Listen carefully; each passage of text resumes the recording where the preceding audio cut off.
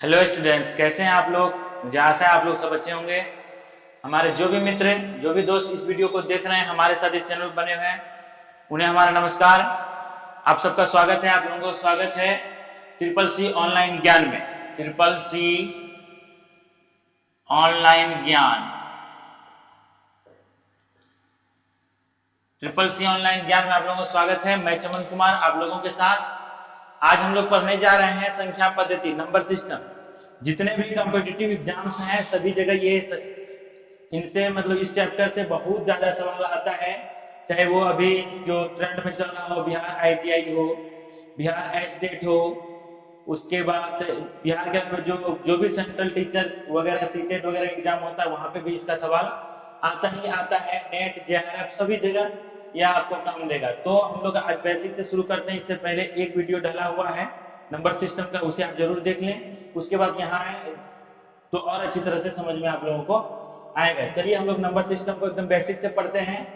प्राकृतिक संख्याएं, देखिए प्राकृतिक संख्याएं, संख्याएं जो पढ़ रहे थे हम लोग, संख्याएं, अंक, अंकों के बड़े छोटे, छोटी, सबसे छोटी संख्या, सबसे बड़ी संख्या, एक अंकों की सबसे छोटी संख्या, दो अंकों की सबसे छोटी संख्या, एक अंकों की सबसे बड़ी संख्या, दो अंकों की सबसे बड़ी संख्या, कई सारे ऐसे अंकों की बड़ी संख्या, इन सबके बारे में, प्लेस वैल्यू, फेस वैल्यू, स्थानीय मान और अंकित मान, इन सब के बारे में हम लोगों ने पिछले वीडियो में पढ़ा है। चलिए आगे हम लोग पढ़ते हैं। प्राकृत संख्या, संख्याओं के प्रकार में से मुख्य रूप से 8 प्रकार को हम लोगों ने यहाँ पे बोर्ड पे लिखा है, हमने लिखा है, जिसे आप लोगों को हमको सबको मिलकर के पढ़ना है। तो इसके लिए हम लोग क्या करते हैं, इसे पढ़ेंगे।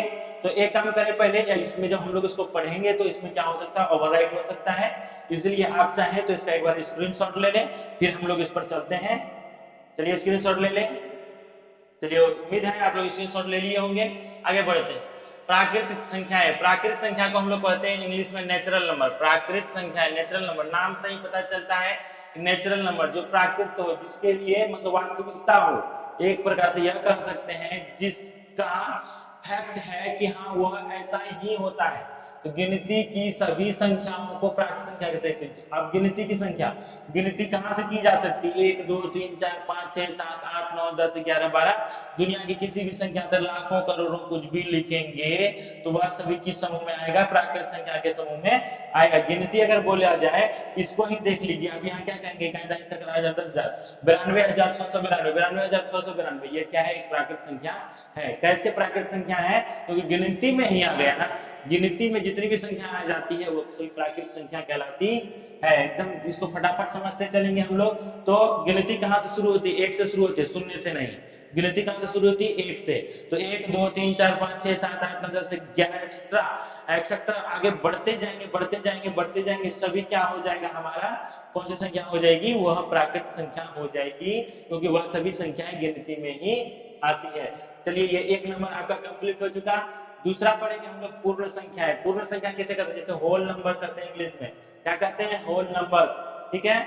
प्राकृत संख्याओं के समूह में, प्राकृत संख्याओं के समूह में शून्य को भी मिलाने पर बनी संख्याओं को हम लोग पूर्ण संख्या कहते हैं। प्राकृत संख्या, प्राकृत संख्या क्या है, एक से लेकर के आगे, मतलब प्राकृत संख्या का समूह क्या है आपका, 1 2 3 4 5 6 7, इस तरह से समूह आगे बढ़ता है। लेकिन इसमें क्या शामिल कर दिया जाता है, जीरो को इंक्लूड कर दिया। देखिए आप प्लस क्या किया गया है, जीरो को प्लस किया गया है ना, जीरो को जो प्लस किया गया, इंक्लूड किया गया है, तो इसको हम लोग बोलेंगे पूर्ण संख्या। तो प्राकृत संख्या, ये जो प्राकृत संख्या है एक से शुरू होती है, उसके समूह में शून्य को शामिल कर दिया गया, शून्य को शामिल कर दिया गया तो यह क्या बन जाता है, यह पूर्ण संख्या बन जाती है। जीरो से लेकर के गिनती की सभी संख्याओं को पूर्ण संख्या कहेंगे। अगला को उसको प्राकृत संख्या किसे कहेंगे, गिनती की सभी संख्या को जिससे वस्तुएं गिनी जाती है उसे प्राकृत संख्या है। और जीरो से लेकर जिससे वस्तुएं गिनी जाती है गिनती की सभी संख्याओं को पूर्ण संख्या कहते हैं, उसे पूर्ण संख्या कहते हैं। अब तीसरी संख्या है सम संख्या है। सम संख्या है, बचपन से आप लोग पढ़ते हुए आए हैं, फिर भी हम लोग रिपीट कर लेते हैं उसको। सम संख्या, सम संख्याओं को हम लोग इंग्लिश में बोलते हैं इवन नंबर। क्या होता है, ऐसी संख्या है जो दो से पूरी पूरी विभाजित हो जाए उसे सम संख्या कहते हैं। ऐसी संख्या जो दो से पूरी पूरी विभाजित हो जाए, या कह सकते हैं जोड़े वाली संख्या। जोड़े वाली संख्या जो पेयर में आता हो, 2 4 6 8 10 11, 8 10 12 14 16, ये सभी संख्याएं ऐसे हैं जो सम संख्या कहलाती है। क्यों सम संख्या कहलाती है, क्योंकि वे जोड़े में, वे संख्या जोड़े में आ आती है, इसलिए उसे हम सम संख्या कहते हैं। 2 4 6 8 10, या ऐसा कह सकते हैं जैसे यहाँ 10 है 12 है तो सबके पीछे क्या है 2 4 6 8 या 0, जिसके अंत में इकाई अंक पे ही देखने के बाद हमें समझ में आ जाएगा। अब माने तो कोई बहुत बड़ी संख्या लिखी हुई है, ऐसे लिखी हुई है, तो यह भी गिनती के अंदर ही आता है। इसको हम लोग ये देख लेंगे, नीचे 2 है यानी अंत में 4 है, या अंत में क्या है 6 है। जब ऐसी संख्या आ जाए मतलब अंत में सम आ जाए, सम सम मतलब क्या है, जो 2 से कटने वाली संख्या, जोड़ी वाली संख्या, तो वह पूरी संख्या क्या होगी, सम संख्या होगी। यह संख्या पूरी सम संख्या होगी। तो सम संख्या का डेफिनेशन भी आप लोगों को समझ में आ गया होगा। चलिए ये सम संख्या कंप्लीट। आगे हम लोग बढ़ते हैं विषम संख्याएं। विषम संख्याएं, विषम, जो विषम, सम मतलब क्या है जोड़ा, विषम मतलब जोड़ा में नहीं, तो विषम ऐसी संख्याएं जो 2 से पूरी पूरी विभाजित ना हो उसे विषम संख्या कहते हैं। 2 से पूरी पूरी विभाजित नहीं हो, 2 से पूरी पूरी विभाजित नहीं होने का मतलब क्या है, कुछ ना कुछ रिमाइंडर बच जाएगा। रिमाइंडर मतलब क्या, शेष बच जाएगा। शेष कब बच जाएगा, जबकि वह संख्या पूरी पूरी से कटे नहीं। जैसे कि आप मान लीजिए 2 से हम भाग दे दिए, 2 से भाग दे दिए 7 को, 7 को दे दिए, द्वितीय 6 कट गया, यहाँ पर रिमाइंडर कितना बच जाता है, 1 बच जाता है। ऐसा जहाँ पे रिमाइंडर बच जाए, पूरी पूरी तरह से नहीं कट पाए, उसे हम लोग क्या कहेंगे, विषम संख्याएं कहते हैं। चलिए आप लोग विषम संख्या तक अच्छी तरह समझ गए होंगे। आगे बढ़ते हैं, रूढ़ संख्याएं या आभास संख्याएं। रूढ़ संख्याएं या आभास संख्या जिसे हम लोग कहते हैं प्राइम नंबर, वे सभी प्राकृतिक संख्याएं जो एक से एवं स्वयं को छोड़ करके, एक और स्वयं को छोड़ करके अन्य किसी संख्या से विभाजित नहीं होती है, उसे आभास संख्याएं कहते हैं। जैसे 2 3 5 7 11 13 19 29 23, ये सभी संख्या ऐसे हैं जो क्या है, एक से विभाजित होती है और कुछ संख्या खुद स्वयं से विभाजित होती है, अन्यथा किसी से नहीं। अब एग्जाम्पल के लिए इसको देख लेते हैं। 2 है, 2 खुद से विभाजित होती है, उसके बाद 1 से विभाजित और किसी से नहीं। 3 खुद से विभाजित होती है 1 से, 5 खुद से विभाजित होती है 1 से, और 7 खुद से विभाजित होती है और 1 से, अन्य किसी से बीच में विभाजित नहीं होती है। आप मान लेते हैं 7 को ही ले लेते हैं। 7 से बहुत छोटी संख्या बहुत सारी है। कौन कौन सी संख्या छोटी है, 7 से छोटी संख्या 6 है, 5 है, 4 है, 3 है, 2 है, 1 है, बट सिर्फ 1 से विभाजित होती है, 7 से विभाजित होती है, अन्य किसी भी संख्या से विभाजित नहीं होती है। इसलिए हम इसे क्या कह सकते हैं, आभास संख्या। कहने का मतलब साफ है कि जिन संख्याओं के गुणनखंड मात्र 2 ही हो उसे आभास संख्या कहते हैं। 2 ही संख्या से वो विभाजित हो सके, कट सके, अन्य किसी से भी नहीं कट सके, तो वह क्या कहलाती है, आभास संख्या कहलाती है। वह भी 2 संख्या कौन सी, 1 से कटे, खुद से कटे और किसी से बीच में वह नहीं कटे, तो ऐसी संख्या को हम लोग क्या कहते हैं, आभास संख्या कहते हैं। आभास संख्या को रूढ़ संख्या कहते हैं। अब मान लेते हैं एक संख्या 29 की बात करते हैं हम लोग। 29 की बात करते हैं, 29 है, 29 को अगर डिवाइड 29 से करें तो 1 से 1 आ जाएगा। 29 को डिवाइड 1 से करें तो 29 आ जाएगा। कहने का मतलब यहाँ पे इस शर्त में भी 29, इस शर्त में भी 29, इस शर्त में भी 29, इस शर्त में 1, इस शर्त में 1, इसके अलावा कहीं पे कोई जुगाड़ ही नहीं है। तो कहने का मतलब साफ है कि ये संख्याओं के मात्र 2 ही गुणनखंड है, 1 और 29। उसी प्रकार से 23 का गुणनखंड मात्र 23 और 1। तो इस प्रकार से जो भी संख्या है, जिन संख्याओं के मात्र 2 ही गुणनखंड है, मतलब दुनिया में किसी और संख्या से वह नहीं कटती हो, सिर्फ खुद से कटे और 1 से कटे, तो ऐसी संख्या को हम लोग क्या बोलते हैं, आभास संख्याएं बोलते हैं। जो ये आभास संख्या आप लोग समझ गए होंगे।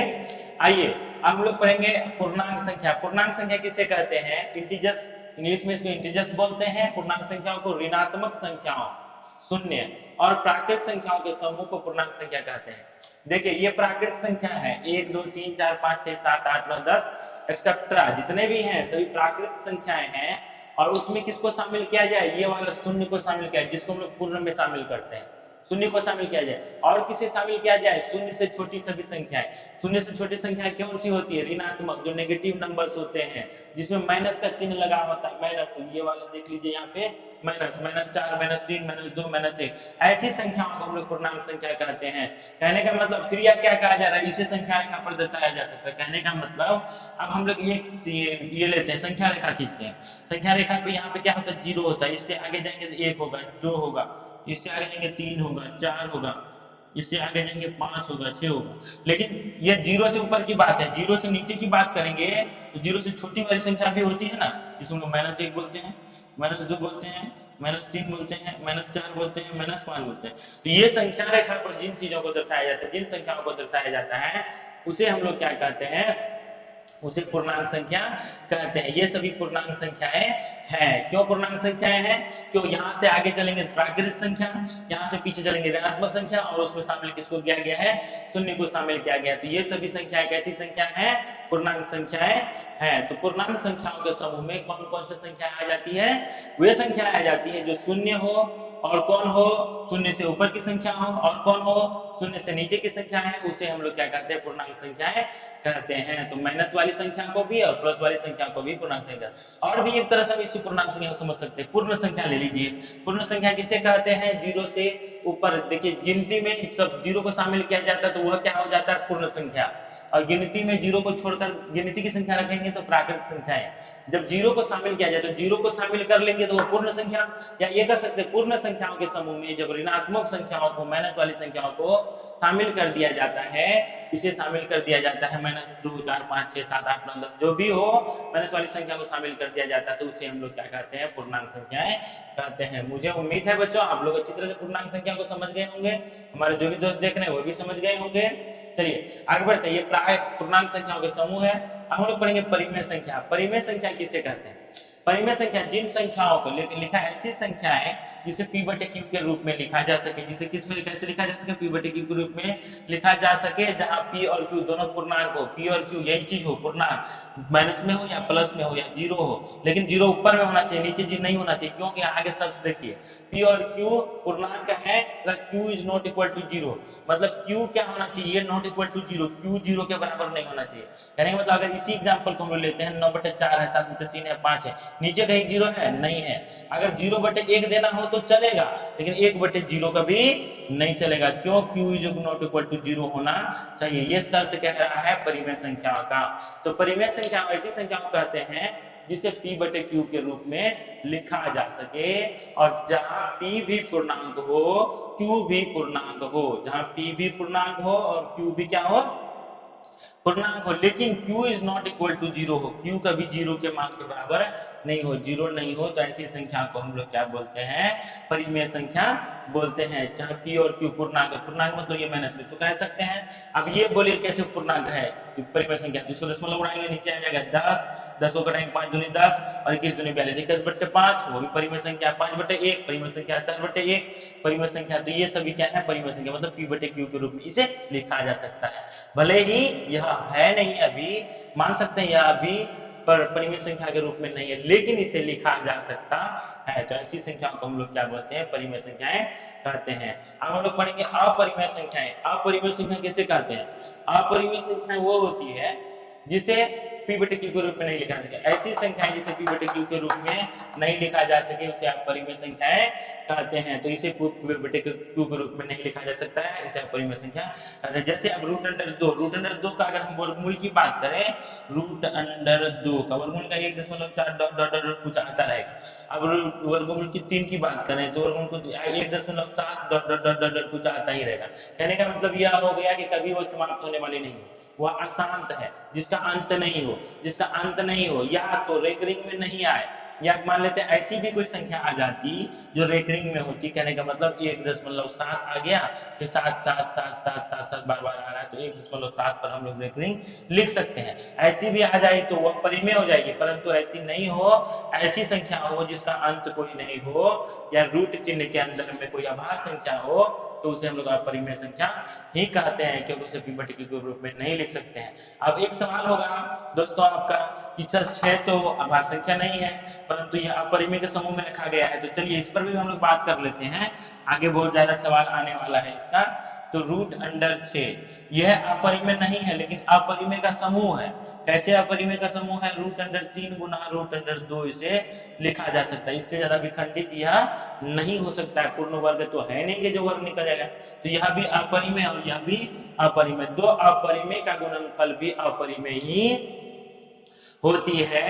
दो अपरिमेय का गुणनफल भी अपरिमेय संख्या ही होती है। आप लोग 9th में पढ़े होंगे बच्चों, हमारे जो भी मित्र देख रहे हैं वो भी मित्र पढ़े होंगे, तो इसलिए यह कह सकते हैं यह संख्या भी क्या है?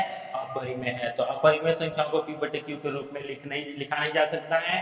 क्यों? क्योंकि वह अशांत है। क्योंकि वह क्या है? अशांत है, और वह पूरी तरह से कट नहीं रहा है, कोई अंत नहीं है उसका। और परिमेय उसे कहते हैं जिसे p बटे q के रूप में लिखा जा सके, जिसका अंत हो, जिसका क्या हो, अंत हो, वह क्या है, मतलब कट जा सकता है, कहीं ना कहीं शांत हो जाएगा, कट जाएगा। 9/4, 7/3, 4/1, Q/Q के रूप में लिखा जा सकता है। Q और P दोनों पूर्णांक हो, लेकिन Q कभी 0 के बराबर नहीं होना चाहिए।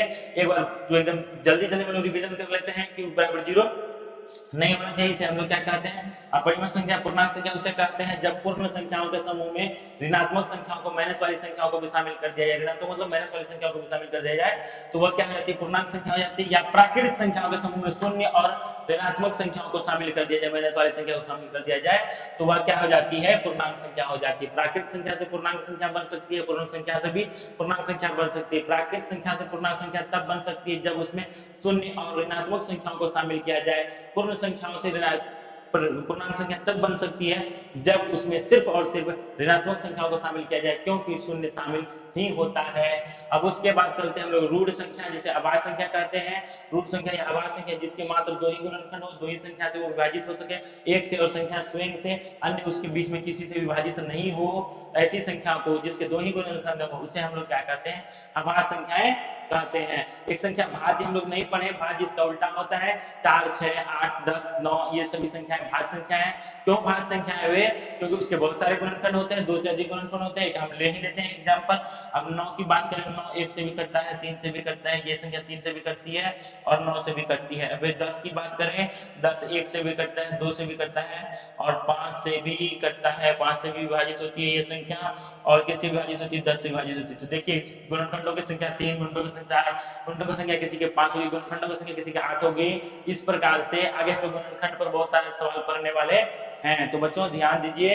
तो वे सभी संख्या भाज्य होगी जिसके 2 से अधिक गुणनखंड होंगे, और वे सभी संख्या अभाज्य होगी जिसके 2 से कम गुणनखंड हो, मतलब 2 ही गुणनखंड हो, 2 से ज्यादा गुणनखंड नहीं हो। विषम संख्या उसे कहते हैं जिसे 2 से भाग देने पर पूरी पूरी विभाजित ना हो, शेषफल 1 बच ही जाए, बच ही जाए, बच ही जाए किसी भी शर्त पे, मतलब कह सकते हैं जिसके अंत में 1 हो, 2 हो, 1 हो, 3 हो, 5 हो, 7 हो, ऐसी संख्या है जिसके अंत में आ जाए, इकाई अंक पे आ जाए तो वो विषम संख्या होती है। सम संख्या उसे कहते हैं जो जोड़े में हो, जिसके अंत में 2, 4, 6, 8 या 0 हो, तो ऐसी संख्या को सम संख्या कहते हैं। कहने का मतलब यह है कि वह संख्या जोड़ी में रहती है, और सब जोड़ी में रहने वाली संख्या को क्या कहेंगे, सम संख्या। क्यों, क्योंकि 2 से वो विभाजित है। आप लोग कई बार पूर्ण संख्या और प्राकृतिक संख्या को पढ़ चुके हैं, अभी भी कई हर सम संख्याओं में इसका कहीं ना कहीं मर्ज है, तो इसको हम लोग पढ़ चुके हैं। तो पूर्ण संख्या किसे कहते हैं, तो वही बात है, गिनती की सभी संख्या जिससे सभी वस्तुओं को गिना जाता है। 1 2 3 किसी वस्तु को गिना जाता है कहां से, 1 2 3 4 5 6 से गिना जाता है। तो 1 से ऊपर की संख्या को प्राकृत संख्या, और 1 से नीचे एक और संख्या को जोड़ लेंगे इसमें, जिसे कहते हैं शून्य संख्या, और शून्य को शामिल कर लेंगे तो पूर्ण संख्या। प्राकृत संख्या, पूर्ण संख्या, प्राकृत संख्या, पूर्ण संख्या, उसी से रिलेटेड पूर्णांक संख्या। उसी पूर्णांक को ही बट्टे में रखेंगे तो आप परिमेय संख्या, जिसे बट्टे में नहीं रख सके आप परिमेय संख्या। रूढ़ संख्या कहने का मतलब जिसके मात्र ही 2 ही गुणनखंड, उससे ज्यादा नहीं। सम संख्या, विषम संख्या बहुत ईजी, जोड़े वाली संख्या सम और बेजोड़े वाली संख्या विषम, जिसे 2 से पूरा पूरा भाग लग जाए सम, जिसे 2 से पूरा पूरा भाग नहीं लगे विषम। तो जो भी हमारे मित्र, जो भी दोस्त, जो भी स्टूडेंट्स नए हैं इस चैनल पे, चैनल को सब्सक्राइब जरूर कर लें। वीडियो अच्छा लगे, जीवन में कहीं भी काम आए, लाइक और शेयर जरूर करें। चैनल पे बने रहें, पढ़ाई जारी रखें, मस्त रहें, लगे रहें। तब तक टेक केयर, बाय बाय।